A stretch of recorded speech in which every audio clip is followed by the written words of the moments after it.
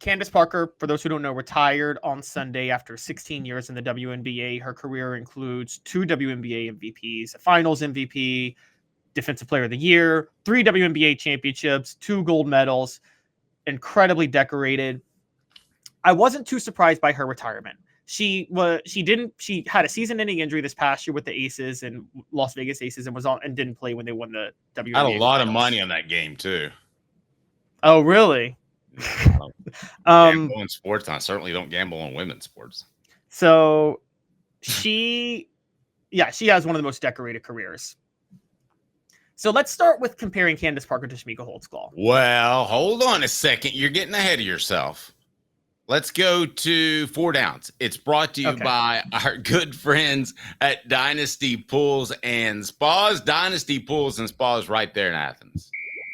4 Downs brought to you by Dynasty Spas, the most comfortable spas made in the United States of America, right here in East Tennessee. Drop in for the all-new showroom in Athens. Dynasty Spas, perfect for all 4 seasons. 4 Downs, presented by Off the Hook Sports. All right, so before we get to the first down of the downs, the moral of the story, Coop, what do people need to do? Cooper Mays here. Hit like and subscribe. Is Candace Parker versus Chamique Holdsclaw. So Caleb and I were talking over the weekend, and he shared with me the thought that many Lady Vol fans believe that Candace Parker is a better player than Chamique Holdsclaw, or vice versa. And it happens to be a strong feeling among those Lady Vols. So what is your stance between the two, Parker and Holdsclaw? I was going to save that for 4th down. Okay, let's do it right now. Coop here. All right. You've got Chamique Holdsclaw, whose numbers aren't quite as good as Candace Parker. How close are they? And do you think that should matter in how we judge the two? Yeah, so an average per game numbers, which I think matters. Chamique Holdsclaw averaged 1 more point per game for her career. But Candace Parker's true shooting percentage was about 58%, and Chamique Holdsclaw's was slightly below 55%. They had the same number of rebounds per game. They averaged the same number of assists per game. Chamique Holdsclaw averaged about 0.2 more steals, but here's the big one, Dave. Candace Parker averaged 3 times as many blocks as Chamique Holdsclaw. So that's the only area where they're significantly different, and Candace Parker's significantly better. Candace averaged 2.5 blocks per game. Chamique averaged just under a block per game. And Candace Parker, that was the big difference for her. She's arguably the best interior defender of all time. And we talk about and you texted me about this yesterday, when you talk about a player that that literally fits what Pat Summitt wants to build, that's Candace Parker. What did Pat Summitt love? Interior defense and rebounding. And nobody did interior defense and rebounding like Candace Parker. So because of that, yeah, Candace Parker wins on numbers, but slightly. All right. What down, Coop? Cooper Mays here. 2nd down. Thank you, Coop. You're wrong because Chamique Holdsclaw won 3 championships. Candace Parker could just squeeze out 1. 2. She got 2.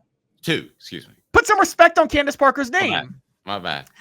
Yes, I can't argue with career accomplishments with Chamique Holdsclaw. I can't in terms of career accomplishments at Tennessee. I can argue it with the WNBA because Candace had a better WNBA career than Chamique Holdsclaw. All due respect, I want to be fair up front. Chamique Holdsclaw battled depression really severely, by the way. So the fact that she was even a 6-time WNBA All-Star is remarkable. I think if she didn't have the issues with depression that hadn't been addressed, she probably would have been a Hall of Famer too. But let's don't forget too, she overcame throughout her youth the hearing issue.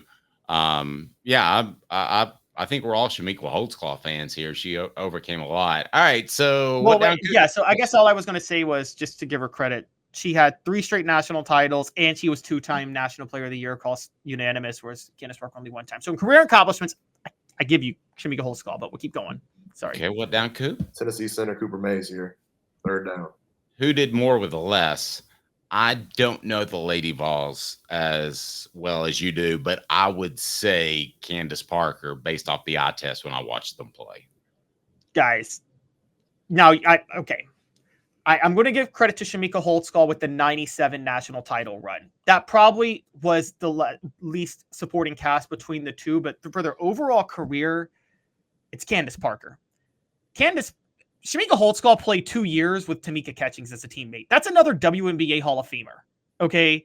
Candace Parker had nobody on the level of Tamika Catchings as a member of her supporting cast. She had solid role players: Nikki Anisicki, Alexis Hornbuckle, Sydney Spencer for 1 year when she won the national title, Shannon Bobbitt. But I mean, Chamique Holdsclaw had better talent, guys. She had Tamika Catchings. She had Samika Randall. Before that, she had Michelle Marciniak.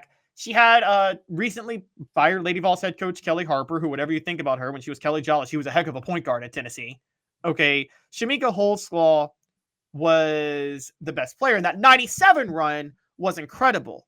But because she didn't have Tamika Catchings on that team, there was less talent than what Parker had in either of her two title teams. But on the 99 team that lost to Duke in the Elite Eight, that team was loaded. Chamique Holdsclaw had Tamika Catchings as a sophomore by that point, and she lost to Duke in the Elite Eight.